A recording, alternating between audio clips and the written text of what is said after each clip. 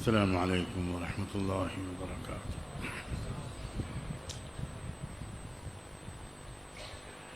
الحمد للہ وکفی وسلام علی عبادہ الذین اصطفی۔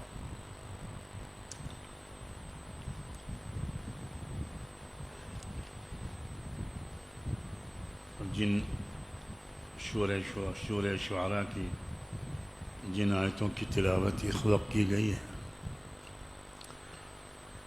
وہ آیت نمبر 123 سے 140 تک۔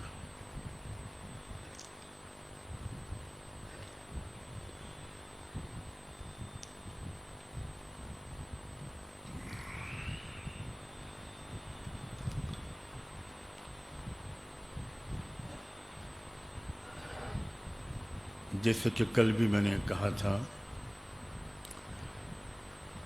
کہ قرآن مجید کا ایک بہت بڑا احسان یہ ہے کہ پچھلی انسانی تاریخ کے بہت اہم سبق آموز واقعات اللہ نے قرآن میں محفوظ کر دیے تاکہ ہم ان سے سبق لیں اور غلطیوں کو نہ دہرائیں۔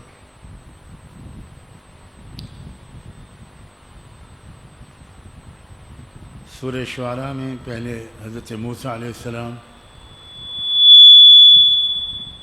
اور فرعونی طاقت کا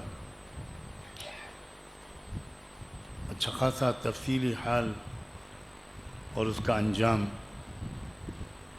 بیان کیا گیا۔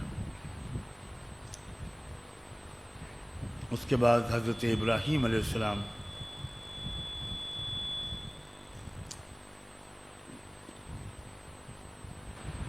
کی تاریخ بیان ہوئی، اس کا ایک بہت اہم حصہ، اور پھر حضرت نوح علیہ السلام کا واقعہ سنایا گیا جس کی کل تشریح ہوئی تھی۔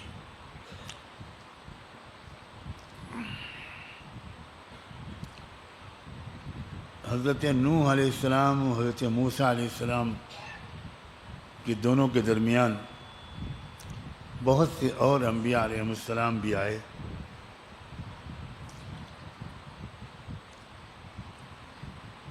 اب آگے یہاں سے جہاں سے آج تلاوت ہوئی ہے، ایک تاریخی تسلسل کے ساتھ مختلف انبیاء علیہ السلام اور ان کی قوموں کے حالات و واقعات بیان کیے گئے ہیں۔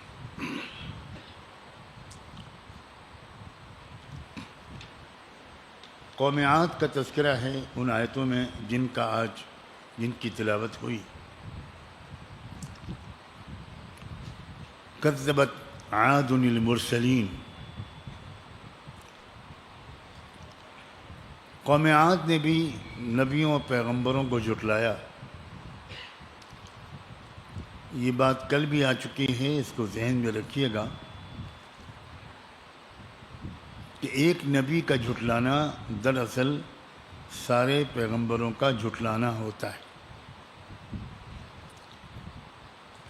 اذ قال لهم اخوهم ہود الا تتقون،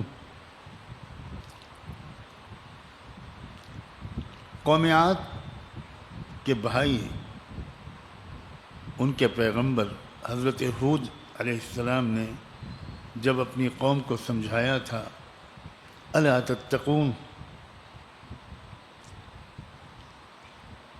تمام نبیوں اور رسولوں کی دعوت ایک ہی ہے، اطیعوا اللہ واتقون، اتقوا اللہ واطیعون، اتقوا اللہ واطیعون۔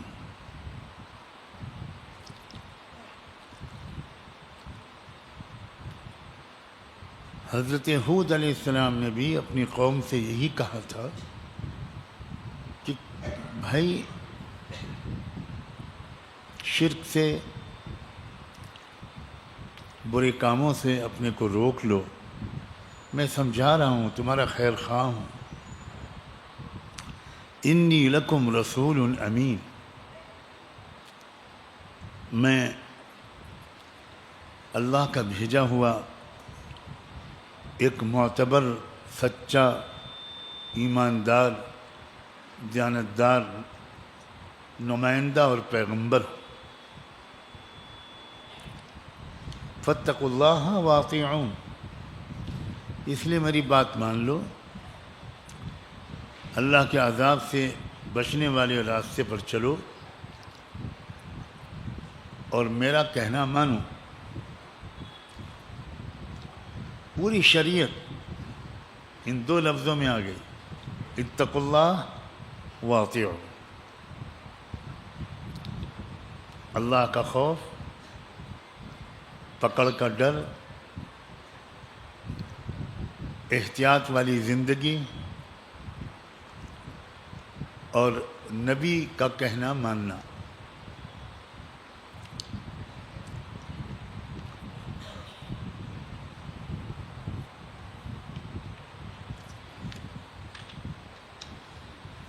پھر وہ بات دہرائی جو ہر نبی دہراتا ہے کہ میں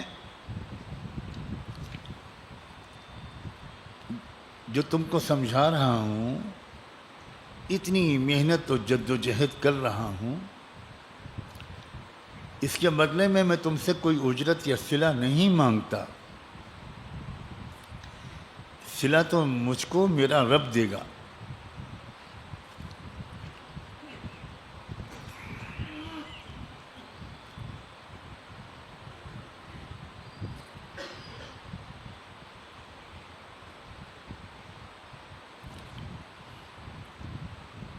ایک داعی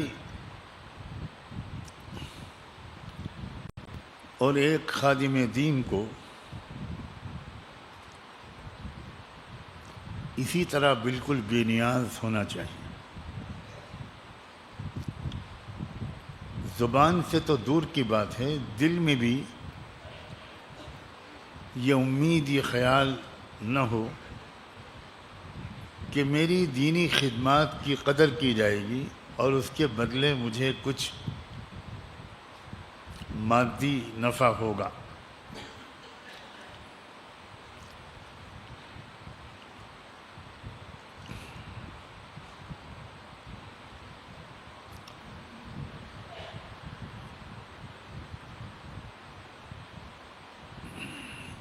بعض لوگ جو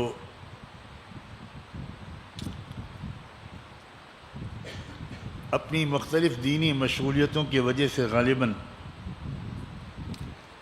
یا خدا نخواستہ شوق کی کمی کی وجہ سے مسائل اور فقہ کی کتابوں کو نہیں پڑھتے اور وہ دینی رہنمائی کے منصب پر اللہ کی توفیق سے فائز ہیں.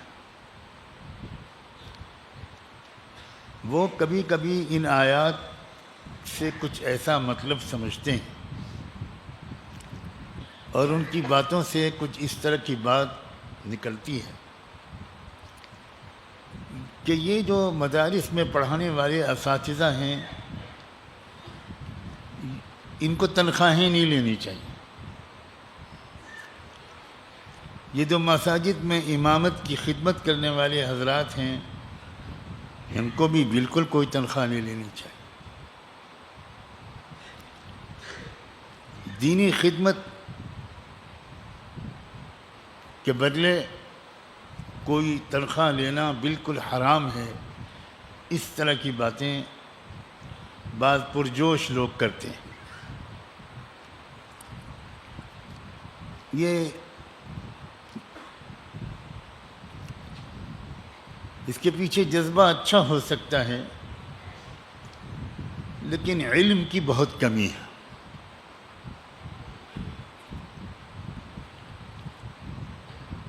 ہمارے فقہاء نے بڑی تفصیلی بحث کر کے اس سوال کا جواب دیا ہے کہ آخر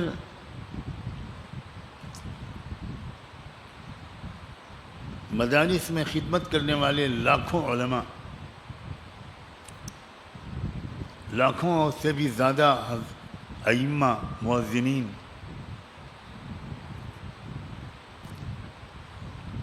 کیا حکم ہے ان کی تنخواہوں کا؟ فقہاء نے صاف لکھا ہے کہ ان کی دینی خدمت کی کوئی اجرت نہیں ہے. جو کچھ ان کو پیش کیا جاتا ہے وہ قطعاً ان کی دینی خدمت کے عوض اجرت کی حیثیت نہیں رکھتا. نہ لینے والے کی یہ نیت ہونی چاہیے نہ دینے والوں کی، بلکہ فقہاء کی اصطلاح میں یہ حفظ اوقات کا عوض ہے.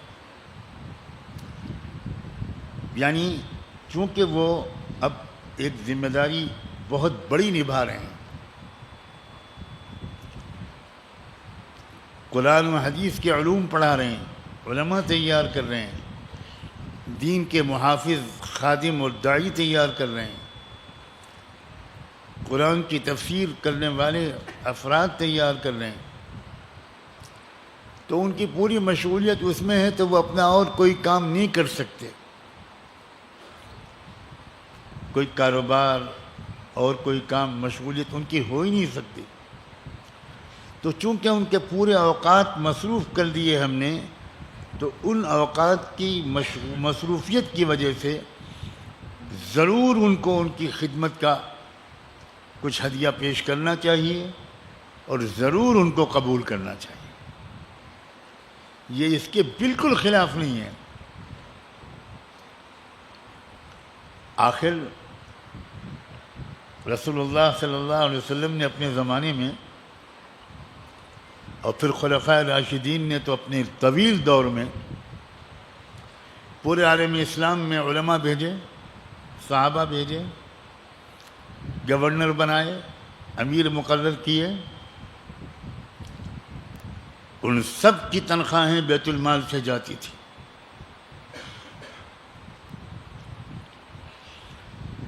تو یہ بات بہت اہم ہے کہ دینی بات کرنے والے کے پاس علم ہونا چاہیے، اور اس کے پاس اگر علم نہیں ہے تو وہ اپنے محدود دائرے میں رہ کر ہی بات کرے، آگے نہ بڑھے، مسئلے مسائل نہ بتائے، فتوے نہ دیں۔ لیکن مائکروفون بہت خراب چیز ہے۔ جب کسی بیان کرنے والے کے سامنے مائک آ جاتا ہے، کسی شاعر کے سامنے مائک آ جاتا ہے، اور ادھا و امر کسی نیتا کے سامنے جب مائک آ جاتا ہے، تو پھر خیریت نہیں ہے۔ الٹ پلٹ الٹ پلٹ الٹ پلٹ جو منہ میں آتا ہے مائک کہلوا لیتا ہے۔ اس لیے پاس میں ایک ریوالور والا میں کھڑا کرتا ہوں کہ میں بہکوں تو میرا علاج ہو۔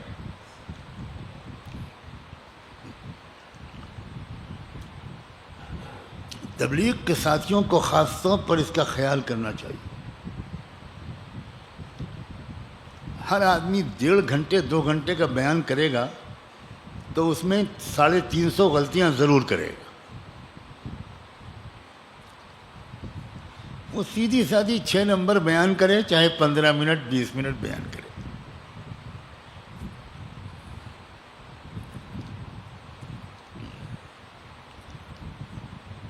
یہ درمیان میں نے ایک وضاحت کی ہے، لوگ شاید کچھ سمجھ رہے ہوں کہ میں نے یہ وضاحت کیوں کی ہے، کیونکہ بہت کچھ کہا جا رہا ہے کہ اساتذہ کی تنخواہیں حرام ہیں، مدرسوں میں پڑھانے والے لوگوں کی تنخواہیں حرام ہیں۔ جہالت کی بات ہے۔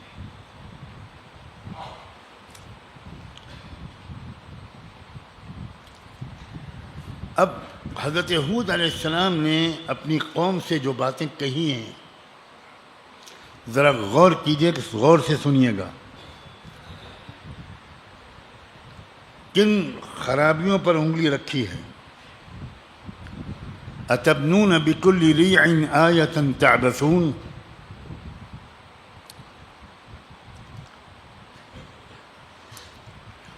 تمہیں ہر جگہ، ہر بلند جگہ پر، ریع کہتے ہیں اس بلند زمین کو جو ذرا دور سے نظر آئے،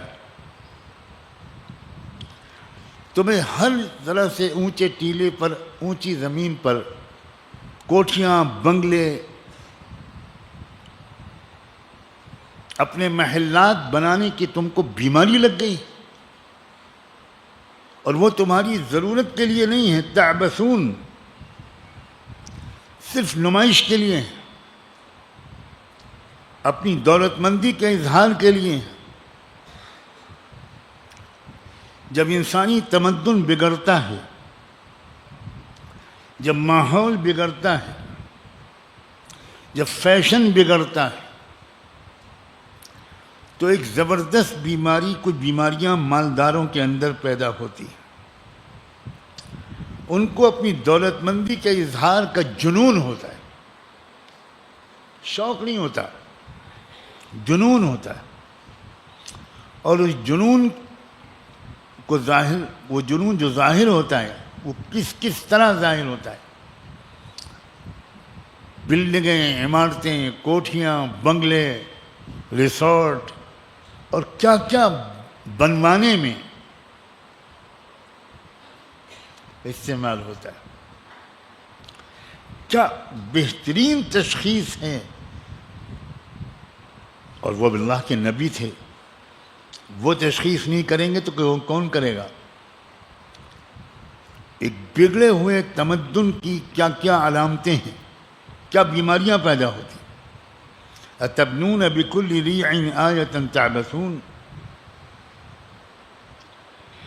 قوم عاد کا بالکل وہ حال تھا، اور آج ہم کو قوم عاد کے حال کے سمجھنے میں کوئی دقت نہیں ہونی چاہیے.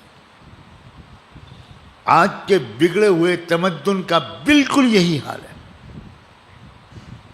بالکل یہی حال ہے. اونچی اونچی بلڈنگیں، اسکائی رائزرز جسے کہتے ہیں، جنون ہے بالکل. ایسے ایسے بنگلے مالداروں نے بنائے ہوئے ہیں جہاں سال میں ایک دن بھی وہ شاید نہیں رہتے. جن راستوں سے ان کا گزر ہوتا ہے اس پر کوٹھیاں بنائی ہوئی ہیں، ان پہ ان کے نوکر عیش کرتے ہیں، انہیں رہنے کا موقع نہیں ملتا.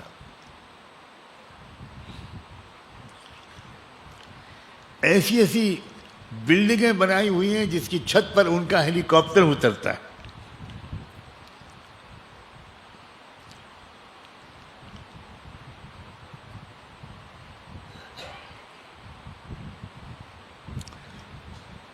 اس بگڑے ہوئے تمدن کو دیکھنا ہو اپنی بھرپور شکل میں تو دبئی جا کر دیکھو. میں اسرائیل کا حوالہ نہیں دے سکتا.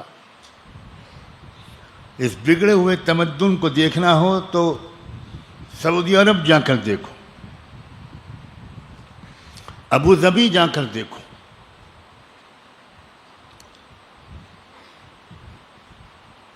مسلمانوں کے جب نواب تھے، جب نوابی کا دور تھا تو وہ اسی طرح عیاشیاں کرتے تھے، اپنی دولت کا غلط استعمال کرتے تھے.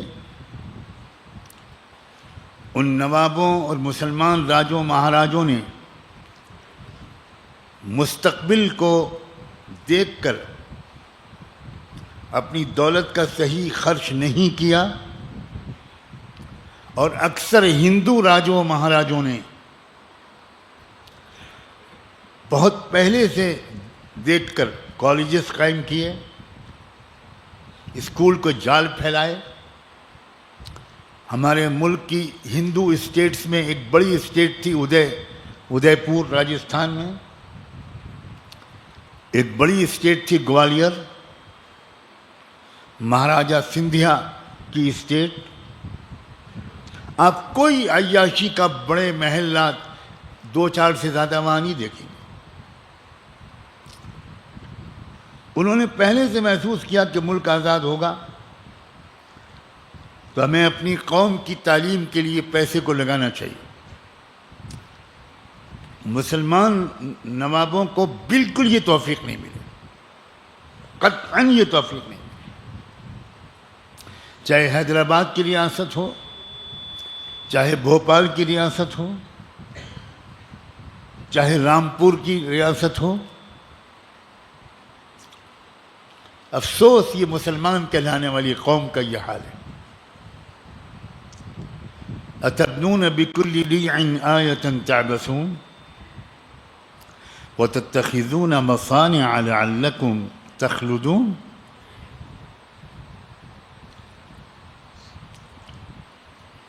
اور بڑے بڑے کارخانے اور فیکٹریاں ایسے لگاتے ہو کہ جیسے تم کو کبھی مرنا ہے ہی نہیں،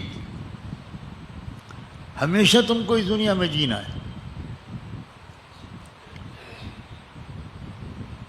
جو سمجھدار لوگ یہاں بیٹھے ہیں وہ غور سے سنیں، اسلام کیا چاہتا ہے.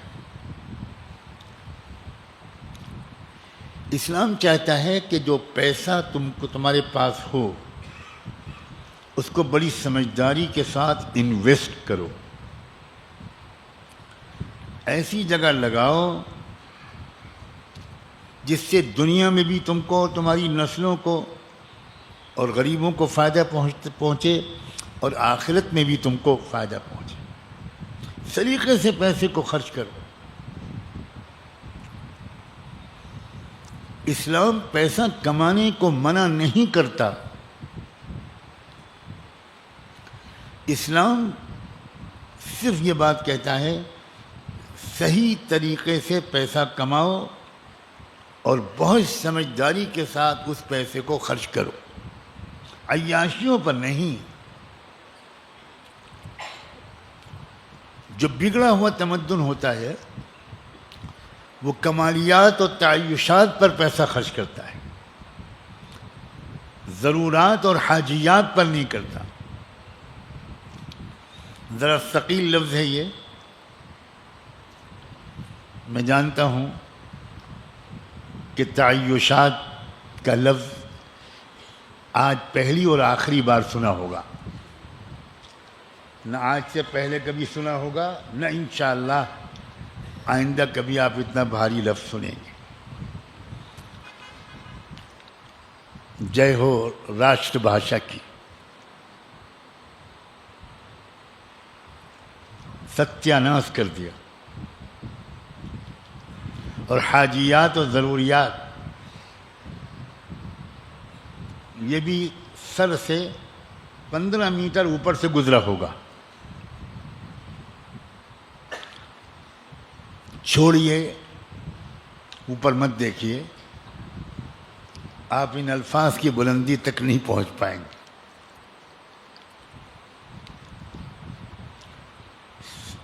اسلام خالی نماز روزہ نہیں سکھاتا، یہ کہتے کہتے میں تھکا جا رہا ہوں۔ اسلام دنیا میں جینے کا سلیقہ سکھاتا ہے، کمانے کا سلیقہ، خرچ کرنے کا سلیقہ، پہننے کا سلیقہ، بولنے کا سلیقہ۔ اس مسجد میں جب افطار کا اعلان ہوتا ہے، کہاں گئے حنیف بھائی؟ روزہ کھولو،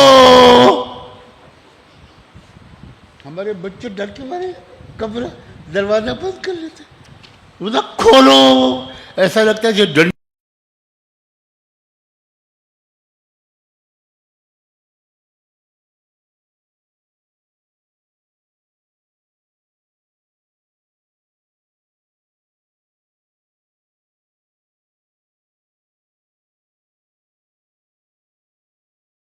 اور کان میں ڈنڈا گھوسے کرتے ہو، روزہ کھولو نہیں تو ماریں گے بھی، کھولو۔ کیا ہے؟ استغفر اللہ۔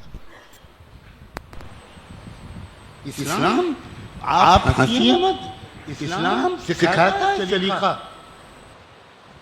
بولنے کا سلیقہ۔ دنیا میں سب سے اچھی زبان عربی کی رسول اللہ نے بولی۔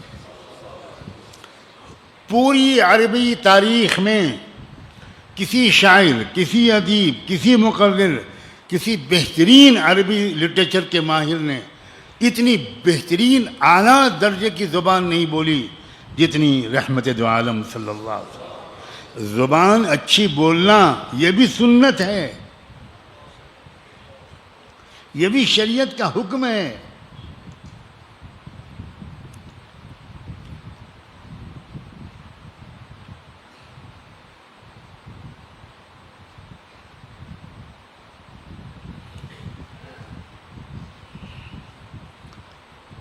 عربی ادب کی کتابوں میں، عربی لٹریچر کی کتابوں میں نمونے شاعروں کے اور بعد کے آنے والوں کے بہت بعد میں نقل کیے جاتے ہیں۔ سب سے پہلے قرآن پیش کیا جاتا ہے، یہ ہے عربی زبان کا معیار۔ اس کے بعد رسول اللہ کی احادیث پیش کی جاتی ہیں، حضور اس طرح بات کہتے تھے۔ اس کے بعد صدیق اکبر، عمر فاروق، عثمان غنی اور علی مرتضیٰ، چاروں خلفاء تقوی میں، طہارت میں، ان سب میں تو سب سے آگے تھے۔ لیکن میں آج آپ سے بتا رہا ہوں، بہترین زبان بولنے میں ان کے زمانے میں کوئی دوسرا عربی شخص نہیں تھا۔ علماء کو اس کی مشق کرنی چاہیے، سمجھنا چاہیے کہ اچھی زبان بولنا ہے، اچھی زبان سیکھنا ہے۔ یہ بھی ایک بہت ہی خوبصورت تحفہ ہے اللہ کا۔ میں تو اپنے کمرے کی کھڑکیاں وغیرہ افطار سے پہلے بند کر دیتا ہوں۔ یہ 12 دن جھیلنا ہے، بیمار ہو کر جاؤں گا۔ کیوں انیف بھائی؟ روزہ کھولو، چور کو پکڑو۔ کیا ہے؟ استغفر اللہ، لا حول ولا قوت الا باللہ۔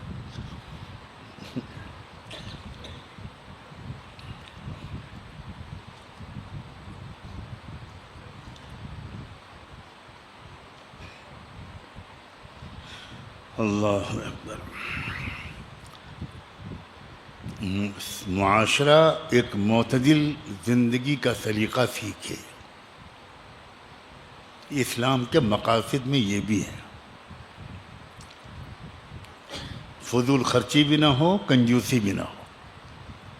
بڑی سمجھداری کے ساتھ ایک ایک پیسے کو خرچ کیا جائے. بہت سوچ سمجھ کر ہر شخص، وہ غریب ہو، درمیانی درجے کا ہو، یا تھوڑا مالدار یا زیادہ مالدار، وہ بہت ہی سوچ سمجھ کر اپنے پیسے کو انویسٹ کرے دنیا میں، اور اس طرح کرے کہ اس سے اس کی آمدنی بھی ہو، اس کے بچوں کا مستقبل بھی محفوظ ہو، اور آخرت میں بھی اس کو اس انویسٹمنٹ کا فائدہ پہنچے. یہ سلیقہ سیکھنا چاہیے.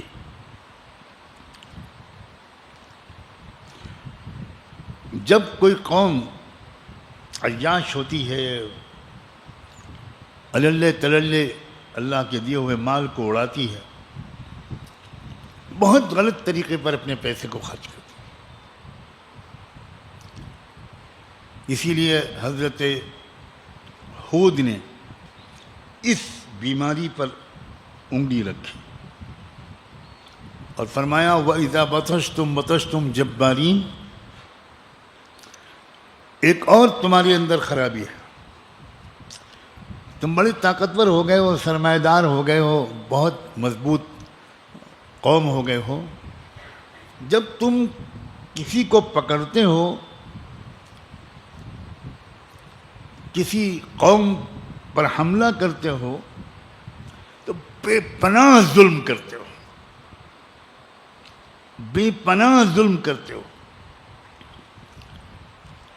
ایک ہوتا ہے اندرونی بگاڑ،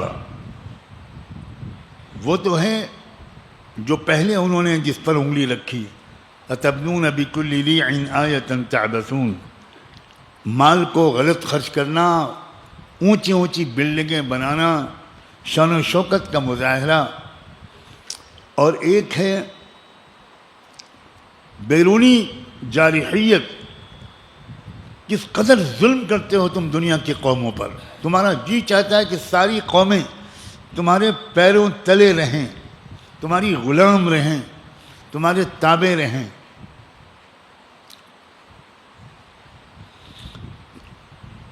بالکل یہی آج کا طاقتور ملکوں کا حال ہے. بالکل ایسے کہ جیسے آج کی بڑی طاقتوں کے ظالمانہ رویے کو قرآن بیان کر رہا ہے. وَإِذَا بَطَشْتُمْ بَطَشْتُمْ جَبَّارِينَ. دوسروں کو اپنا غلام اور محکوم بنائے رکھنے کے لیے تم اللہ کی زمین میں خونریزی کرتے ہو.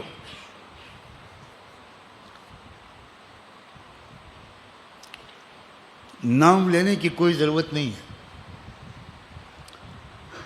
آج ساری بڑی طاقتیں، تھوڑے بہت بھی کوئی ملک ذرا طاقتور ہو جاتا ہے تو جہاں تک اس کا بس چلتا ہے وہ سب کو دبا کر رکھنا چاہتا ہے. یہی آج کل ہو رہا ہے. جس کی لاٹھی اس کی بھینس. اس قدر ظلم دنیا کی مضبوط اور بڑی طاقتیں کر رہی ہیں کہ آج ان قوموں سے اگر کوئی نبیوں کی زبان میں کہے گا تو یہی جملہ کہے گا وَإِذَا بَطَشْتُمْ بَطَشْتُمْ جَبَّارِينَ.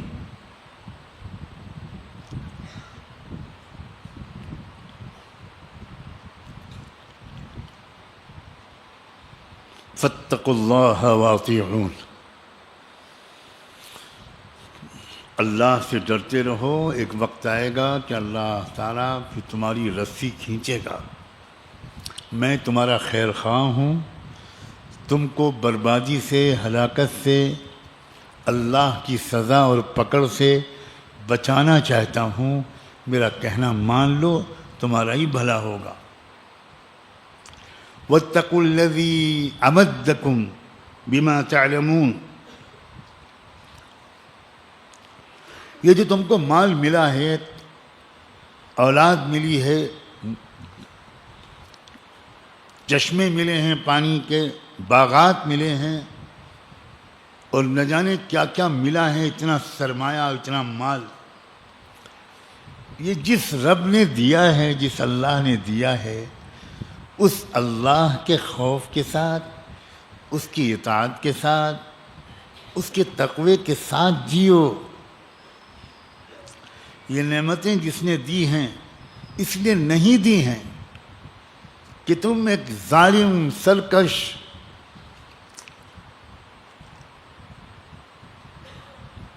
بن کر غریبوں کو، کمزوروں کو کچلو،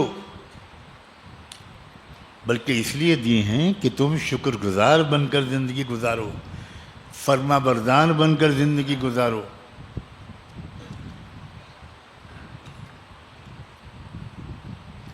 جو شخص آج کل کے عالمی حالات سے واقف ہے، اس کے سامنے کسی تشریح کی ضرورت نہیں۔ کیا کر رہی ہیں بڑی طاقتیں، تفصیل بیان نہ کروں تو بہتر ہے۔ قالوا سواء علینا اوعظت ام لم تکن من الواعظین۔ اللہ اکبر! اتنی دل سوزی، اتنی خیر خواہی، اتنی دردمندی اور اتنی شفقت اور محبت کے ساتھ نبی حضرت ہود اپنی قوم کو سمجھا رہے ہیں، مگر قوم جواب کیا دے رہی ہے؟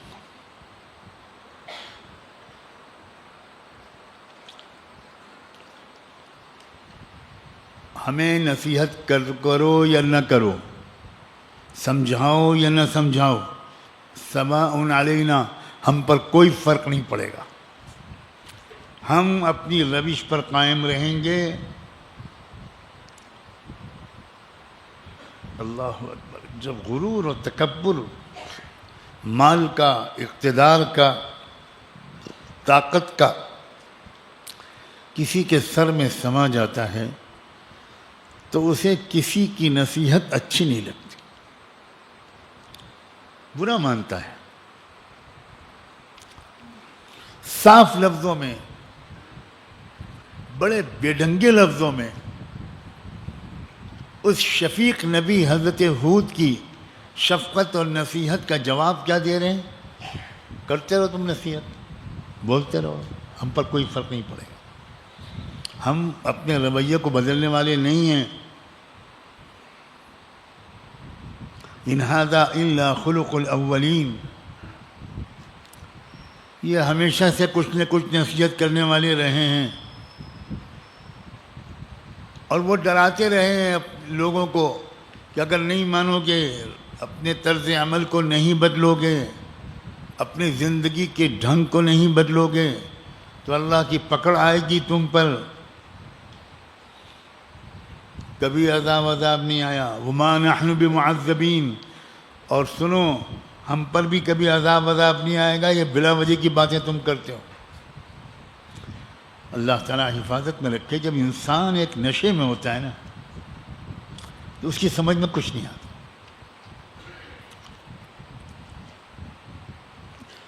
اس کی سمجھ میں کچھ نہیں آتا۔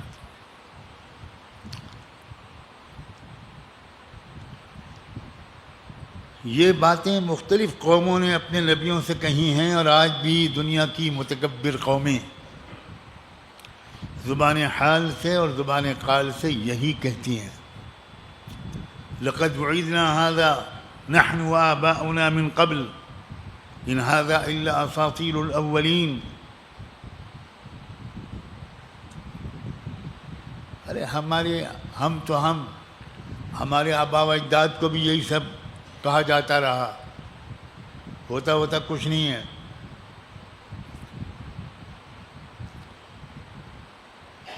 اللہ تعالیٰ واقعی اتنی لمبی ڈھیل دیتا ہے، اتنی لمبی ڈھیل دیتا ہے کہ لوگ اس ڈھیل کی وجہ سے سمجھنے لگتے ہیں کچھ ہونے والا نہیں. میں آج کے حالات کے بارے میں ضرور توجہ دلاتا رہتا ہوں، اس لیے کہ میرا احساس ہے، اور خدا کرے غلط ہو، کافروں و مشرکوں کو تو چھوڑیے، ہمارا بھی حال یہ ہو گیا ہے کہ پچھلی قوموں کے واقعات پر ہم کو بھی شک ہونے لگا ہے.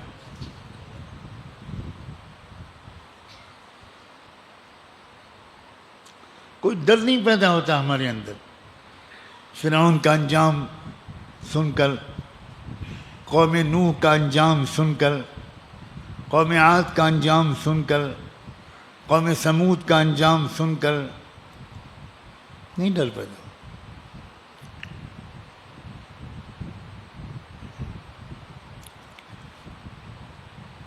کیا آپ میں سے کچھ لوگوں کو خبر ہے کہ پچھلے 1-1.5 سال سے امریکہ پر ایک کے بعد ایک کے بعد عذاب آ رہا ہے؟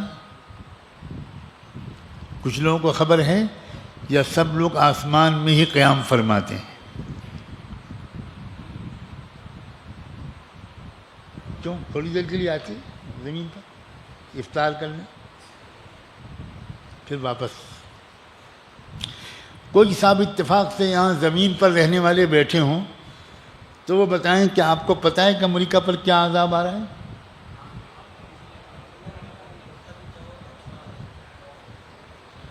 جناب آپ کو آج ہی خبر ہے، اتنا حیرت انگیز واقعہ امریکہ میں ہو رہا ہے کہ ایک طرف اسی علاقے میں بھیانک آگ لگ رہی ہے، بھیانک ترین آگ، جس میں سینکڑوں بلڈنگیں جل گئیں، سینکڑوں لوگ مر گئے، بھاگتے بھاگتے گر کے ٹوٹ گئے، اور اسی کے بغل میں دوسرے علاقے میں بھیانک برف باری ہو رہی ہے. جمے جا رہے ہیں لوگ، -40 -50 ٹیمپریچر ہو رہا ہے. پانی کے جو لائن ہے، پائپ لائن، اس میں چونکہ پانی نہیں ہے، برف جم گیا تو وہ پائپ لائن پھٹ رہی ہے. ادھر آگ ہے اور ادھر برف باری اور اولے باری اور پانی اور ہوائیں ہیں اور آندھیاں. کل کی جو خبر ہے، اب تک کی انسانی تاریخ کی جو ریکارڈڈ ہوا کی رفتار ہے، 290 کلومیٹر کی رفتار سے ہوا چل رہی ہے کل سے.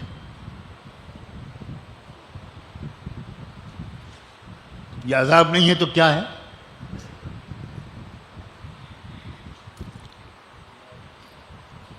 ایک پاگل ہے مشہور زمانہ، اس پاگل نے کہا تھا کہ میں مشرق وسطیٰ کو جہنم بنا دوں گا. اس کی اس تقریر کے 1 گھنٹے کے بعد اس کا ملک جہنم بننا شروع ہو گیا. واہ رے اللہ، اللہ، 1 گھنٹے کے بعد.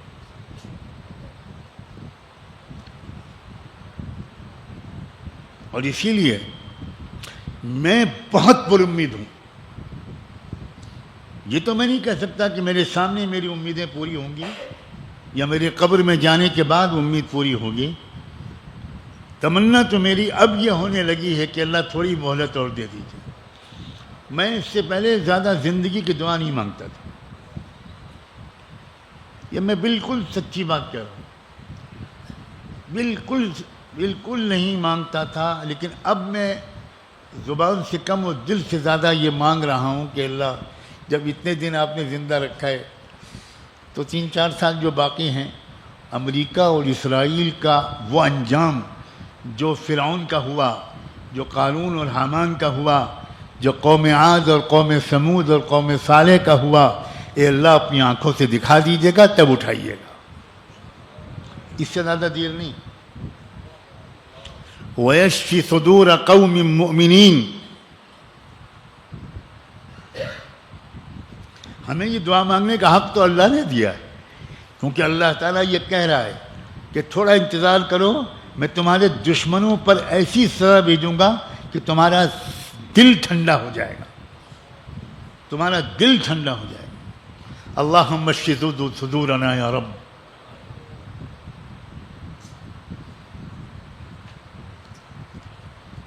امریکہ کو چندہ مانگنا پڑ رہا ہے. پتہ ہے مدرسے کے سفیر ہوں گے اس محفل میں, خوش ہو جائیے. امریکہ کو چندہ مانگنا پڑ رہا ہے. کہے کہ چندہ؟ امریکہ کہہ رہا ہے کہ for God sake give us some water, خدا کے لیے تھوڑا پانی ہمیں دے دو. پانی کا چندہ. اتنی آگ بجھانے میں پانی لگا ہے کہ امریکہ کے ایک علاقے کے اندر پانی ختم ہو گیا. آگ بجھانے والی گاڑیوں میں پانی نہیں ہے. اس میکسیکو سے امریکہ نے پانی مانگا ہے, جس میکسیکو کے بارے میں امریکی موجودہ صدر نے پہلی تقریر میں کہا تھا میکسیکو الگ ملک نہیں رہے گا, اسے ہم امریکہ میں ضم کر لیں گے. اسی میکسیکو کے سامنے ذلیل کر کے کھڑا کر دیا رب العالمین نے امریکہ کو کہ اللہ کے واسطے پانی دے دو. اللہ اکبر. یہ مت سمجھنا کہ اللہ کی قدرت پہلے تھی اب نہیں ہے. یہ مت سمجھنا. یہ مت سمجھنا کہ اللہ تعالیٰ کی طاقت کمزور ہو گئی ہے. بدر میں تھی, احد میں تھی, حطین میں تھی, قادسیہ میں تھی, یرموک میں تھی, احزاب غزوہ خندق میں تھی. اب نہیں اللہ کی طاقت. یہ مت سمجھنا. اگر یہ وسوسہ بھی دل میں آیا نا تو کفر ہے. کفر, یہ کفر ہے. بس اتنی دعا ہے کہ اسرائیل اور امریکہ اور ان تمام ظالم طاقتوں کا زوال اے اللہ اپنی آنکھوں سے دکھا دیجیے. اللہم ارنا فیہم عجائب قدرتک.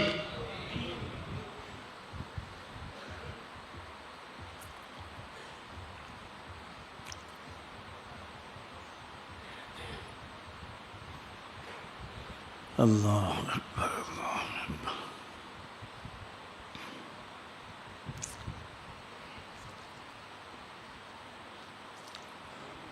فَكَذَّبُوهُ فَأَهْلَكْنَاهُمْ.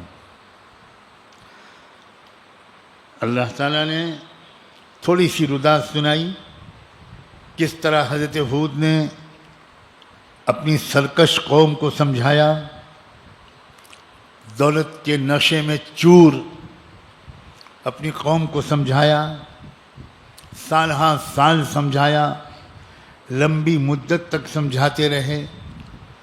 ان کی طرف سے مذاق اڑایا جاتا رہا, کہا جاتا رہا کہ جو چاہو کہتے رہو, ہم نہیں بدلیں گے. سواء علینا اوعظت ام لم تکن من الواعظین. کچھ بھی واعظ و نصیحت کرو ہم سننے والے نہیں ہیں. اور یہ تو پہلے بھی لوگ کہتے رہے ہیں, ہمیں یقین ہے کہ ہم پر کبھی کوئی عذاب نہیں آئے گا.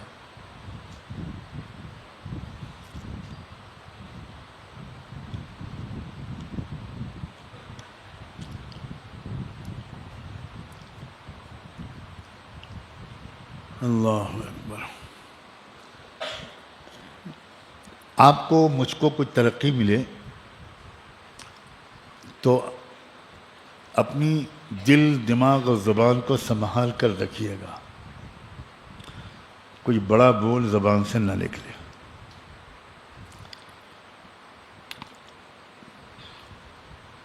کوئی کامیابی ملے اور اللہ بہت کامیابیاں دے, کوئی ترقی ملے اور اللہ بہت ترقیاں دے, تو اپنے قدموں کو زمین پر رکھیے گا اور بجائے بڑے بول بولنے کے سجدے میں گر جائیے گا کہ اللہ یہ آپ نے عطا کیا ہے, یہ آپ نے عطا کیا.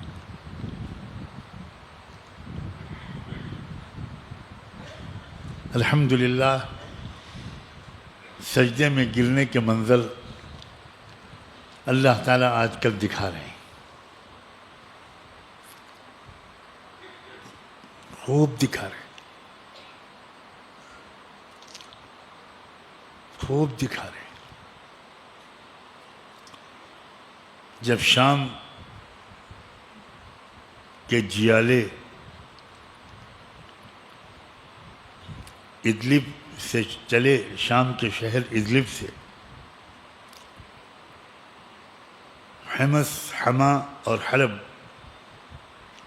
ان کا خیال یہ تھا کہ زیادہ سے زیادہ ہم حلب تک پہنچ پائیں گے،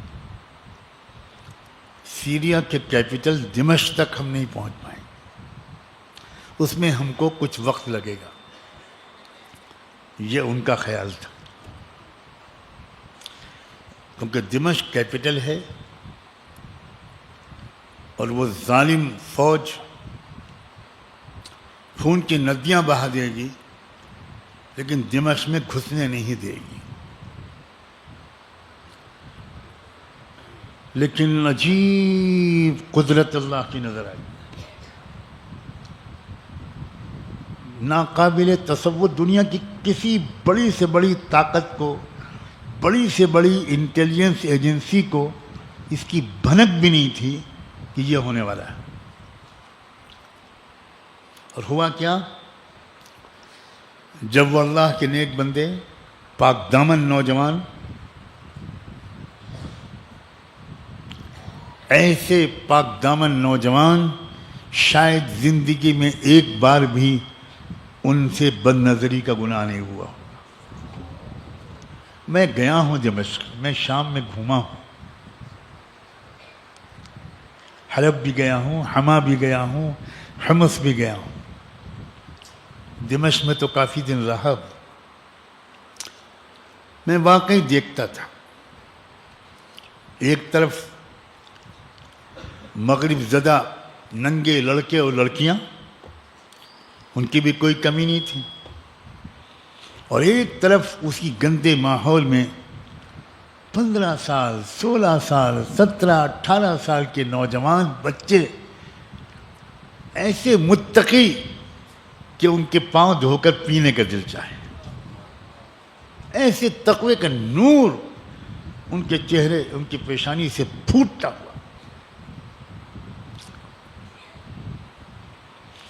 یہی نوجوان بچے اور ان کے بھی بچے اب یہی تھے جو اس خوش قسمت گروہ کے ساتھ آگے بڑھ رہے تھے، اور ان کا خیال یہ تھا، ان کے قائد نے خود کہا کہ ہمیں دمشق میں داخلے کی امید نہیں تھی، مگر کیا اللہ کی قدرت، وہی تو بیان ہو رہا ہے، اللہ کی طاقت پر ہماری نظر نہیں رہتی۔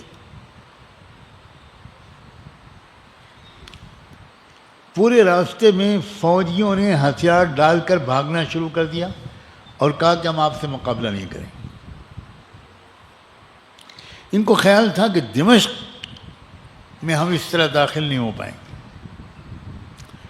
لیکن دمشق داخلے سے پہلے ہی فوجی لوگ سڑکوں پر، راستوں میں ہتھیار چھوڑ کر بھاگے۔ اب میں سجدے کا ذکر کر رہا تھا، جب یہ عظیم قائد، اللہ اس کی حفاظت فرمائے، احمد الشرع، جب دمشق کی سرحد میں داخل ہوا تو سب سے پہلے سجدہ کیا، کوئی نعرہ نہیں لگایا، کوئی بڑے بول نہیں بولے، اور جب اس نے سجدہ کیا تو اس کے ساتھ جتنے نوجوان تھے، چند ہزار، سب سجدے میں۔ کیا منظر تھا، کیا منظر تھا، اور اس کی آنکھوں میں آنسو تھے، اور اس نے صاف صاف انٹرویو میں کہا کہ ہم اپنی طاقت سے داخل نہیں ہوئے ہیں، ہم اللہ کی مدد کے سہارے داخل ہیں، خود کا۔ اور ابھی کل جو میں نے ذکر کیا تھا، سوڈانی سینکڑوں نوجوان اپنے ہتھیاروں کے ساتھ وہ قدم قدم پر آگے بڑھ رہے ہیں، اور کوئی نئی چوکی فتح کرتے ہیں، کوئی نئے شہر میں داخل ہوتے ہیں۔ کل صدارتی محل کا میں نے تذکرہ کیا تھا، آج وہ ایئرپورٹ کو گھیرے ہوئے ہیں، خرطوم کے ایئرپورٹ کو، جگہ جگہ سجدہ کر رہے ہیں، اور صرف ایک بات کہہ رہے ہیں، ہزم الاحزاب وحدہ، یہ اللہ نے شکست دی ہے، ہم نے شکست نہیں دی۔ یہ ہے ایمان۔ پتہ نہیں ہمارے اندر یہ ایمان آئے گا کہ نہیں آئے گا؟ دعا کرو اللہ مجھے یہ ایمان دے دے، اللہ یہ ایمان ہم سب کو دے دے۔ فَكَذَّبُوهُ فَأَهْلَكْنَاهُمْ، قوم ہود اپنے نبی کو جھٹلاتی رہی یہاں تک کہ ہم نے اپنا فیصلہ کن، ہمارے لیے مرحلہ آ گیا اور ہم نے عذاب بھیج کر پوری قوم کو ہلاک کر دیا۔ یہ دنیا کی سپر پاور تھی قوم عاد۔ یہ بات ہمارے طلبہ کو معلوم ہونی چاہیے۔ قرآن پر غور کرنے کا انداز سیکھو۔ قوم عاد کا جب تذکرہ آتا ہے تو یہ تصور آتا ہے کوئی پرانی کمزور سی دیہاتی قوم رہی ہوگی۔ یہ قوم وہ تھی جو کہتی تھی من اشد منا قوہ، دنیا میں کوئی ہم سے بڑھ کر طاقتور ہے کوئی؟ اسی کو تو سپر پاور کہتے ہیں۔ یہ وہ قوم تھی، اور ایک اشارے پر پوری قوم ڈھیر ہو گئی۔ کأنہم اشجار نخل خاویہ، لمبے لمبے قد کے ہوتے تھے لوگ، یہ تو گھستے گھستے ہم لوگ اتنے سائز پر آ گئے ہیں۔ اللہ جانے ہمارے پوتے پوتیاں جیب میں رکھنے کے سائز کے ہوں گے، پاکٹ سائز۔ آپ کہیں جائیں گے تو جیب سے نکالیں گے، یہ پوتا ہے، یہ پوتی۔ یہ سائز جو آج ہمارا ہے یہ گھستے گھستے ہوا ہے، گھٹتے گھٹتے ہوا ہے۔ بہت لمبے لمبے قد کے لوگ ہوتے تھے۔ ایودھیا شریف کے درشن کرنے جائیے تو آپ کو ایک قبر ملے گی وہاں، جس کے بارے میں وہاں یہ مشہور ہے کہ یہ حضرت شیس علیہ السلام کی قبر ہے۔ بہت لمبی قبر ہے۔ سرہند جائیے، امام ربانی حضرت مجد الفسانی رحمۃ اللہ علیہ جہاں مدفون ہیں، اسی کے قریب ایک جگہ ہے جہاں بڑی لمبی لمبی قبریں ہیں، 7 قبریں ہیں، اور وہ سب کہا جاتا ہے کہ 7 بھارت میں بھیجے گئے پیغمبروں کی قبریں۔ تو قد بہت لمبے ہوتے تھے۔ قوم عاد کے لوگ جب گرے ہیں اس آندھی طوفان اور بلا کی اس عذاب سے، تو قرآن نے نقشہ کھینچا ہے کہ جیسے کھجور کے پیڑ گرے پڑے ہوں، ایسا منظر تھا پوری قوم کا۔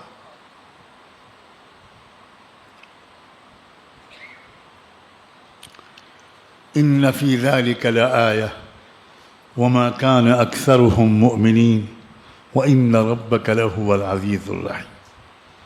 وہی بات جو اصل میں کہنی مقصود ہے، وہ ہر واقعہ سنانے کے بعد اللہ نے یہی جملہ ارشاد فرمایا ہے کہ ہم یہ واقعہ تم کو اس لیے سنا رہے ہیں کہ تم اس سے سبق سیکھو، تم اللہ کی طاقت کو سمجھو، تکبر اختیار مت کرو، دولت کے نشے میں مخمور مت ہو، بڑے بول مت بولو، عاجزی اور تواضع کے ساتھ زندگی گزارو، اللہ کے دیے ہوئے مال کو صحیح طور پر خرچ کرو، اپنے آپ کو یہ کبھی مت سمجھو کہ کبھی مجھ پر سزا نہیں آئے گی۔ یہ ہمارے لیے بھی سبق ہے اور دوسری ظلم کرنے والی قوموں کے لیے بھی سبق ہے۔ ہمارے لیے اس میں ایک پیغام یہ بھی ہے کہ چاہے جتنا ظلم کرنے والے آگے بڑھ جائیں، سرکش لوگ تمہیں بہت ستائیں، بڑے بڑے دعوے کریں، گھبرانا مت۔ ان کی طاقت سے بہت بڑی طاقت کو اپنے ساتھ لے لو اور پھر دیکھو وہ طاقت اپنی طاقت کا کیسا کرشمہ دکھاتی ہے۔ اللہ کو اپنے ساتھ لے لو۔ اللہ کیسے ساتھ ہوگا؟ ان اللہ مع الصابرین، اپنے اندر صبر و استقامت کی اور سچائی اور حق پر جمے رہنے کی کیفیت پیدا کر لو۔ ان اللہ مع الذین اتقوا والذین هم محسنون، اللہ کو ساتھ لینے کا طریقہ یہ ہے کہ تقوی والے بنو، ایک ایک چھوٹے بڑے گناہ سے اپنے کو بچائے رکھو، اور احسان والے بنو، اللہ کے ساتھ تعلق رکھو محبت کا۔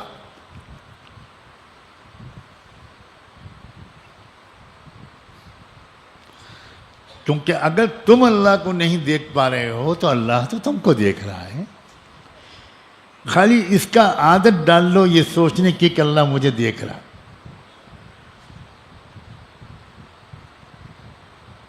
اور احسان کرو اللہ کے بندوں کے ساتھ بھی۔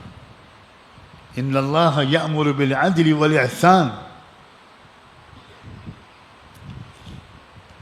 اللہ نے ایک بار رمضان کا یہ آخری عشرہ پھر عطا کر دیا،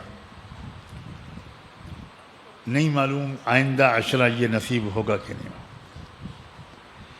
اس لیے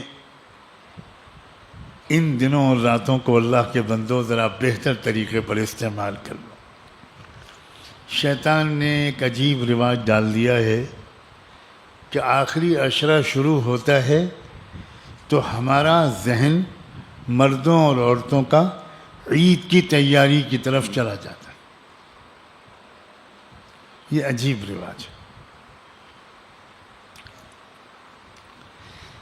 اللہ کرے آپ سب لوگوں نے عید کی تیاری پہلے سے کر لی ہو، سمجھدار لوگ ہو، اور اس لیے بھی سمجھدار ہیں کہ جو سامان آپ رمضان سے پہلے خرید لیتے ہیں وہ سامان آخر رمضان میں مہنگا ہو جاتا ہے۔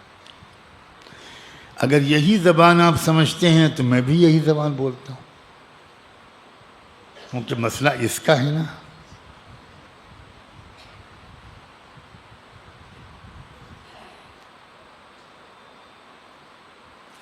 جیسے جیسے عید قریب آتی جائے گی ہر چیز کا ریٹ بڑھتا جائے گا۔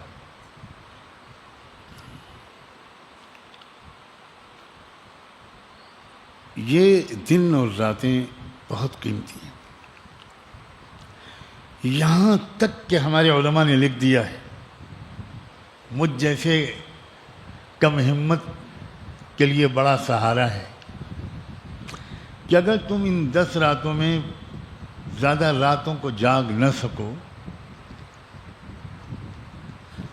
تب بھی نقصان میں نہیں رہو گے۔ ان 10 دنوں میں ایک بھی گناہ نہیں ہوگا تو اللہ تعالیٰ پورے عشرے کی راتوں کا ثواب تم کو عطا فرما۔ اللہ اکبر! صرف ایک کام کہ چلیے اب اس وقت سے لے کر رمضان کے آخر تک کوئی گناہ نہیں، سخت کنٹرول، سخت قابو اپنے اوپر۔ اللہ تعالی ہم سب کو توفیق عطا فرمائے، ہم سب کو توفیق عطا فرمائے، اللہ تعالی ہم سب کو توفیق عطا فرمائے۔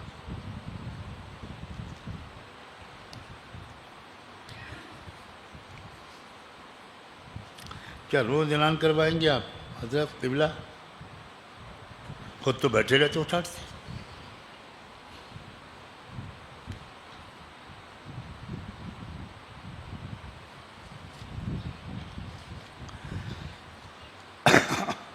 ایک سوال بڑا کٹھن کیا ہے کسی نے، تراویح پر اجرت لینا کیسا ہے؟ کیوں مفتی صاحب؟ میں کیا جواب دوں؟ میرے سامنے سب بیٹھے۔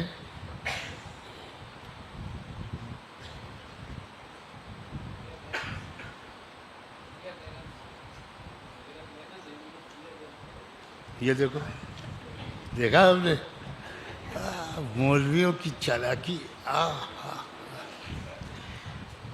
ابلیس سن رہے ہو؟ شاگردی اختیار کرو،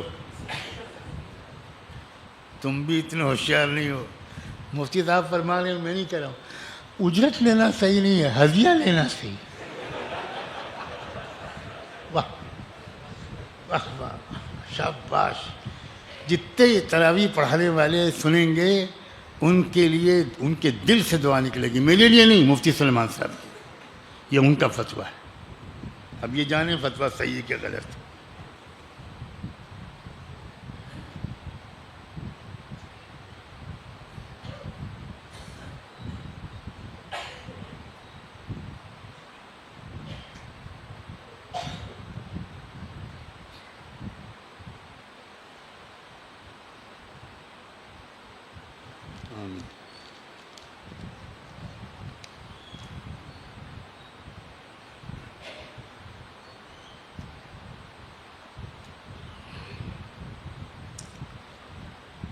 اللہ اکبر.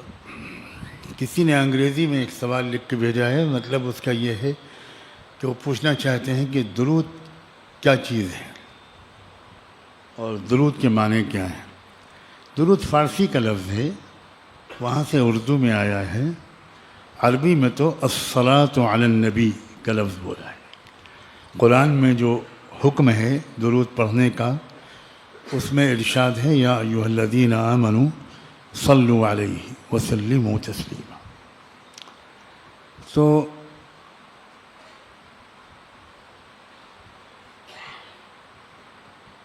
اللہ کے رسول کو ہماری دعاؤں کی کوئی ضرورت نہیں، لیکن اللہ نے ایک عجیب و غریب طریقہ نکالا ہے.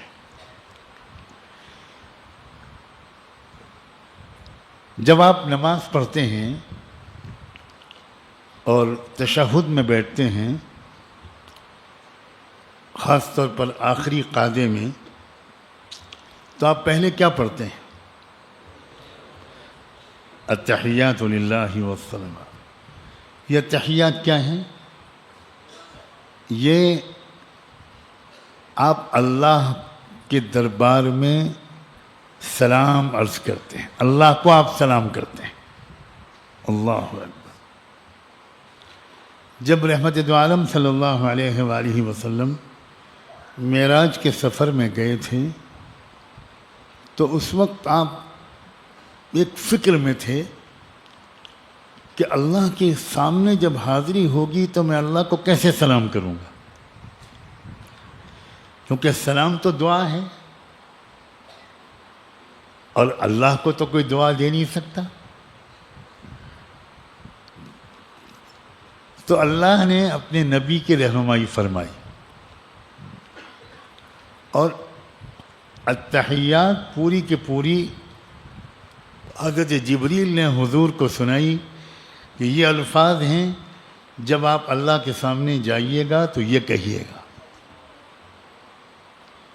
التحیات للہ والصلوات والطیبات، کہ تسلیمات ہوں، آداب ہوں، حاضر ہوں میں اے اللہ آپ کی خدمت. تعظیم کا جملہ ہے، دعا کا جملہ نہیں. اب اس کے جواب میں اللہ نے فرمایا السلام علیک ایھا النبی ورحمۃ اللہ وبرکاتہ. یہ اللہ کا جواب ہے رسول اللہ کو ان کے سلام کے جواب، ان کی تحیات کے جواب. اب جب حضور کو اللہ کا سلام ملا تو قربان جائیں آپ کی شفقت و رحمت پر، آپ نے اس کے جواب میں یہ کہا، جواب میں اللہ کو سلام تو نہیں کر سکتے، جواب میں فرمایا السلام علینا وعلی عباد اللہ الصالحین. اے اللہ ہمارے لیے بھی سلامتی کا فیصلہ کر دیجئے اور تمام نیک بندیوں کے لیے بھی سلامتی کا فیصلہ. یعنی وہاں بھی آپ اپنی امت کو نہیں بھولے. اور پھر حضور نے اللہ کو گواہ بنا کر کلمہ پڑھا، اشہد ان لا الہ الا اللہ واشہد ان محمدا عبدہ ورسولہ. اللہ کو گواہ بنا کر. اسی لیے جو سمجھدار لوگ عمرے یا حج پر جاتے ہیں وہ جب مکہ مکرمہ حاضر ہوتے ہیں، طواف کرتے ہیں، عمرہ کرتے ہیں، کعبے کو دیکھتے ہیں، تو وہ نماز کے باہر بھی التحیات پڑھتے ہیں۔ التحیات للہ والصلوات والطیبات، کیونکہ وہ حضور کی معراج تھی اور مکہ حاضری ہم امتیوں کی معراج ہے۔ اس سے اونچے مقام پر تو ہم نہیں جا سکتے، اس لیے ہم بھی انہی الفاظ کے ذریعے اللہ کے خدمت میں سلام پیش کرتے ہیں۔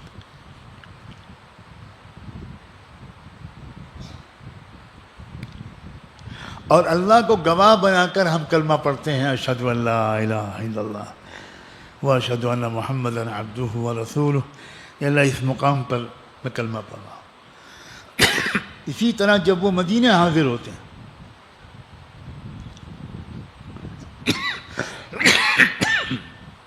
اور جب وہ روز اطہر پر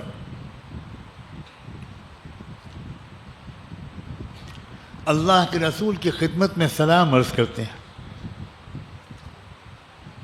الصلاۃ والسلام علیک یا رسول اللہ، یا خاتم النبیین، یا اشرف الانبیاء والمرسلین، یا سید الخلق، یا مصطفیٰ یا مجتبیٰ، جس طرح بھی سلام پڑھتے ہو، وہاں بھی التحیات پڑھتے ہیں، اور الصلاۃ والسلام علیک ایھا النبی کے ساتھ ساتھ السلام علینا وعلی عباد اللہ الصالحین۔ پھر وہاں حضور کو گواہ بناتے ہوئے نیت کر کے کہ آپ تو زندہ ہیں اپنی قبر میں، تو میں آپ کے سامنے کلمہ پڑھ رہا ہوں تاکہ روز محشر آپ گواہی دے دیجیے گا کہ یہ امتی کلمے والا ہے، اس کو جہنم میں نہ بھیجیے۔ اشہد ان لا الہ الا اللہ واشہد ان محمدا عبدہ ورسولہ۔ اور کسی نے یہ بھی پوچھا ہے سوال، بڑا مجھے لگتا ہے پوچھنے والے کا جذبہ بہت اچھا ہے، کہ مجھے درود پڑھتے وقت کیسا محسوس کرنا چاہیے۔ بڑا پیارا سوال ہے۔ بس عزیز نوجوان جس نے بھی یہ پوچھا ہے، پیارے، میں تمہارے جذبے کو سلام کرتے ہوئے یہ جواب دیتا ہوں کہ تم بالکل یہ سوچا کرو کہ میرے آقا تک میرا سلام پہنچ رہا ہے، اور میرے آقا مجھ گنہگار کے سلام کا جواب دے رہے ہیں، کیونکہ حضور نے فرمایا ہے دو باتیں، جو ان امتی ایک بار مجھ پر درود بھیجے گا، اللہ 10 مرتبہ اس پر اپنی رحمتیں نازل کرے گا۔ من صلی علیہ مرۃ صلی اللہ علیہ بہا 10۔ دوسرے یہ بھی حضور نے فرمایا ہے کہ یہاں میرے سامنے آ کر، وہاں مسجد نبوی میں آ کر کوئی سلام کرتا ہے مجھ کو تو میں خود سنتا ہوں اور خود سن کر جواب دیتا ہوں۔ اب آپ سوچئے کہ اگر حضور نے ہمارے بارے میں ہم سے کہہ دیا کہ وعلیکم السلام ورحمۃ اللہ وبرکاتہ، تو ہماری دنیا اور آخرت بن گئی کہ نہیں بن گئی؟ کیا حضور کی دعا اللہ تعالیٰ مسترد کر دیں گے؟ حضور تو سلامتی کی دعا مانگ رہے ہیں اور اللہ ہم کو جہنم میں بھیج دیں گے؟ پھر دور سے یہاں وہاں پوری دنیا کے کسی علاقے میں کوئی چاند پر بیٹھ کر اگر حضور کو درود بھیجتا ہے تو حضور نے فرمایا کہ اللہ تعالیٰ نے پوری دنیا میں، پورے زمین میں ہر جگہ بے شمار فرشتے مقرر کر رکھے ہیں کہ جن کا صرف ایک کام ہے، جن کی کوئی ڈیوٹی نہیں ہے۔ کوئی بندہ، کوئی بندی، کوئی جنگل میں رات کے اندھیرے میں درود پڑھتا ہے، وہ فرشتہ مجھ تک فوراً درود پہنچاتا ہے، فوراً۔ تو یہ جو نوجوان نے پوچھا ہے کسی نے، میرے پیارے یہ محسوس کیا کرو میرا سلام، مجھ گنہگار کا سلام میرے آقا تک پہنچ رہا ہے اور میرے آقا مجھے جواب دے رہے ہیں۔ اس لیے درود سے جو روحانی کیفیت پیدا ہوگی نا، وہ عجیب و غریب ہو۔ ایک تو اللہ کے رسول سے محبت بڑھے گی، بہت بڑھے گی، بہت بڑھے گی، بہت بڑھے گی، اور دوسرے اپنی نجات کی امید بڑھے گی، اپنی مغفرت کی امید بڑھے گی، مایوسی نکلے گی، ہمت بڑھے گی انشاءاللہ۔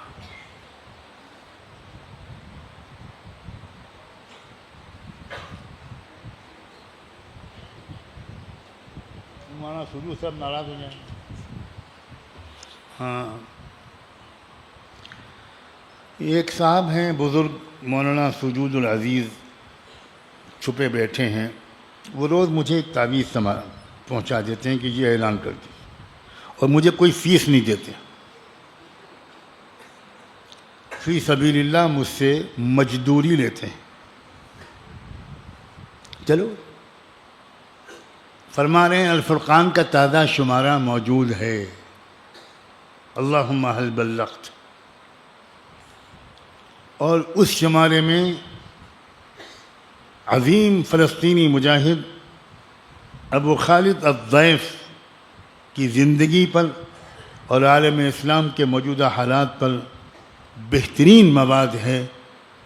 اللہ کرے آپ حضرات اپنی امت سے ٹوٹے نہ، کٹیں نہ، بلکہ حالات سے واقف رہیں۔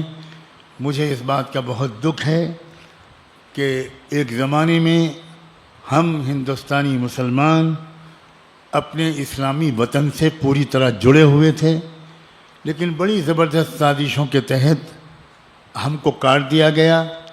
اب دنیا بھر میں مسلمانوں، امت مسلمہ سے ہمارا تعلق کمزور ہو گیا، ہماری معلومات گھٹ گئیں، ہمارا رشتہ کمزور ہو گیا۔ ہم ایک امت ہیں، ایک جسم کے ماتحت، ایک جسم ہے، اگر کہیں کانٹا چبھے پورا بدن محسوس کرتا ہے۔ اس لیے میری اصرار سے گزارش ہے کہ آپ ضرور الفرقان کا یہ شمارہ پڑھیے، اور شام کے موجودہ حالات پر بھی الفرقان نے ایک خاص نمبر نکالا ہے جس میں صرف شام کے حالات پر بہت اچھا مواد موجود ہے، اور بہت بہترین موقع ہے۔ آپ الفرقان کے سالانہ خریدار بن جائیں تو ہر مہینے انشاءاللہ رجسٹرڈ ڈاک سے الفرقان آپ کو پہنچنے لگے گا انشاءاللہ۔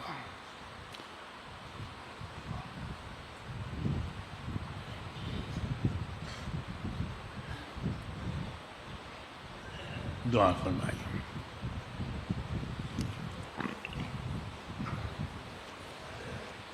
سبحان اللہ و بحمدہ، سبحانک اللہم و بحمدک، نشہد ان لا الہ الا انت، نستغفرک و نتوب الیک، نستغفرک و نتوب الیک، نستغفرک و نتوب الیک۔ اللہم صل علی سیدنا محمد وعلى آل سيدنا محمد كما صليت على إبراهيم وعلى آل إبراهيم إنك حميد مجيد۔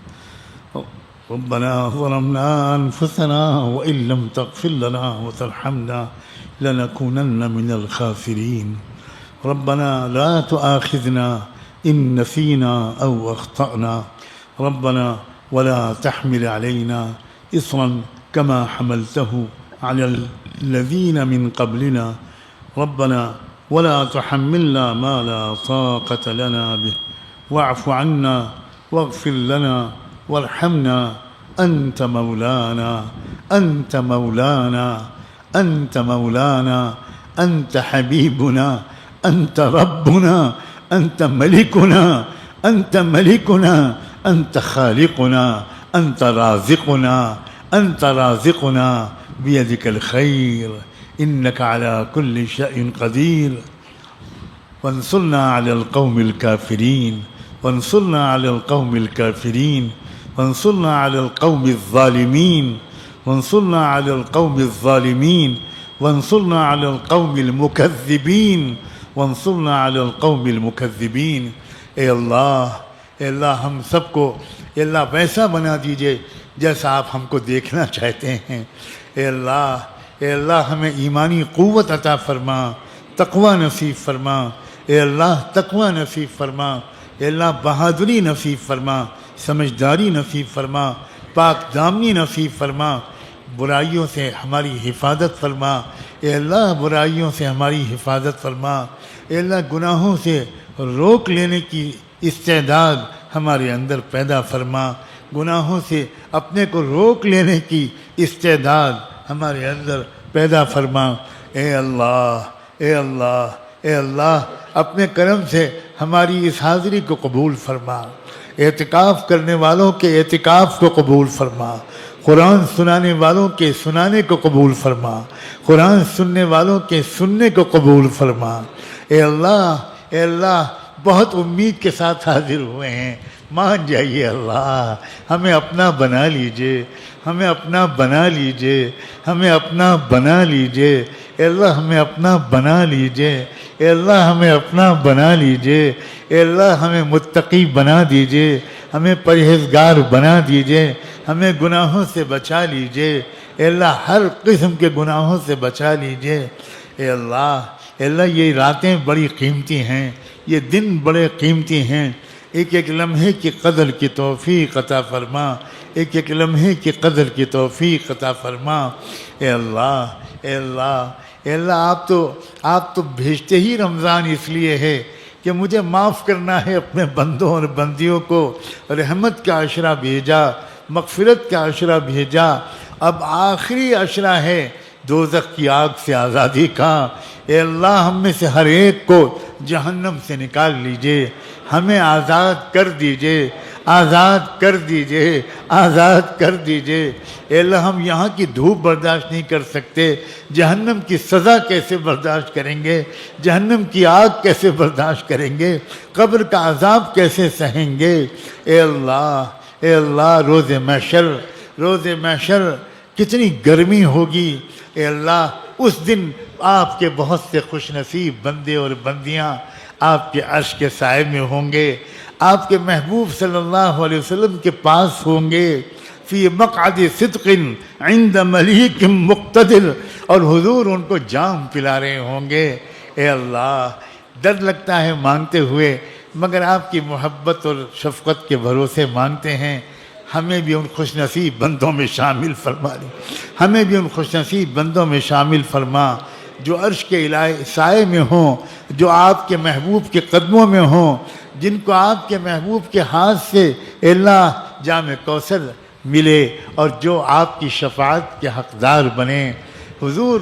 ہمیں اللہ کے سامنے کھڑا کر کے کہہ دیں، اس کے لیے میں سفارش کرتا ہوں، اس کو جنت میں بھیج دیجئے، اس کی جنت میں بھیج دیجئے، اے اللہ اے اللہ اے اللہ آج بھی معاف نہ کیا گئے تو کب معاف کیے جائیں گے، پتہ نہیں اگلا رمضان ملے کہ نہ ملے، پتہ نہیں اگلا عشرہ اخیرہ ملے کہ نہ ملے، خطا کار ہیں اور آپ غفار ہیں، ہم سیاہ کار ہیں اور آپ کا نام ہے رحمان، آپ کا نام ہے رحیم، آپ کا نام ہے ودود، آپ کا نام ہے غفور، آپ کا نام ہے ستار، آپ کا نام ہے غفار، اے اللہ ہم اور کس سے مانگیں، آپ سے نہ مانگیں تو کس سے مانگیں، کس سے کہیں، اے اللہ کوئی بھی تو دنیا میں اپنا نہیں رہا، سب نے آنکھیں بدل لی، اے اللہ سب نے رشتے توڑ لیے، یہ امت یتیموں کی طرح اے اللہ در در کی ٹھوکریں کھا رہی ہے، در در کی ٹھوکریں کھا رہی ہے،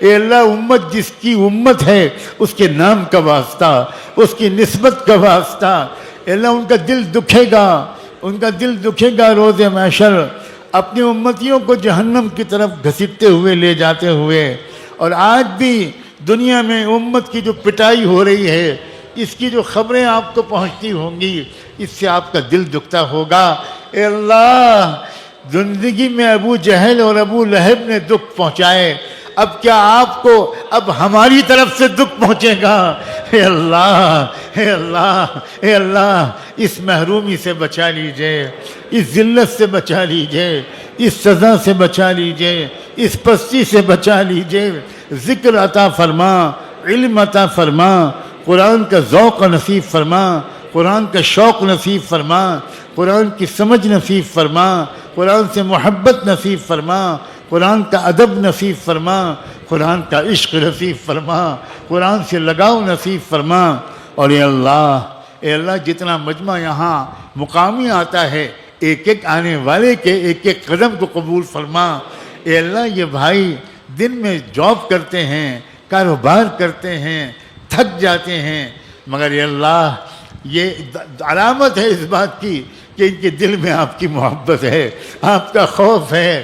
اے اللہ یہ تھکے ہوئے ہوتے ہیں مگر دور دور سے آتے ہیں، اے اللہ ان کے آنے کو قبول فرما، ان کے ایک ایک قدم کے طفیل ہمیں بھی قبول فرما۔ اے اللہ ان کے گھر والوں کو قبول فرما، ان کے متعلقین کو قبول فرما، ان کے رشتہ داروں کو قبول فرما، ان کے آباء و اجداد کو قبول فرما، ان کے والدین کو قبول فرما، ان کے بھائیوں بہنوں کو قبول فرما، ان کے شوہروں اور بیویوں کو قبول فرما۔ اے رب کریم، اے اللہ شہر میں کئی جگہ مستورات کے پروگرام بھی ہو رہے ہیں، اور آج خبر ملی کہ ٹوٹ پڑی عورتیں اور جگہ چھوٹی پڑ گئی۔ اللہ ان آنے والی بہنوں کو قبول فرما، ان آنے والی بہنوں کو قبول فرما، اور اللہ پورے شہر کے ایک ایک کچے پکے گھر میں ہر مرد اور عورت کو اس رمضان میں تقوی عطا فرما، تقوی عطا فرما، تقوی عطا فرما، مغفرت فرما، اور دور دور آن لائن آپ کے جو بندے اور بندیاں سن رہے ہیں یہاں کی برکات میں ان کو شامل فرما۔ اے اللہ یہاں کی دعاؤں میں ان کو شامل فرما۔ اے اللہ ایک بار ہم سب کی طرف سے اپنے محبوب کی خدمت میں صلاۃ و سلام بھجوا دیجیے۔ اے اللہ ان کی خدمت میں ہم گنہگار شرمندہ امتیوں کا صلاۃ و سلام پہنچا دیجیے، صلاۃ و سلام پہنچا دیجیے ان پر اور ان کی آل پر، اہل بیت پر، صحابہ اور صحابیات پر، ازواج مطہرات پر، اور ان کے نقش قدم پر چلنے والے تمام اولیاء اللہ اور صالحین و صالحات پر، علماء و محدثین پر، اور انہی کے راستے پر جینے اور مرنے کی ہم سب کو توفیق عطا فرما۔ وصلی اللہ تعالی علی خیر خلقہ سیدنا محمد وعلی آلہ وصحبہ اجمعین۔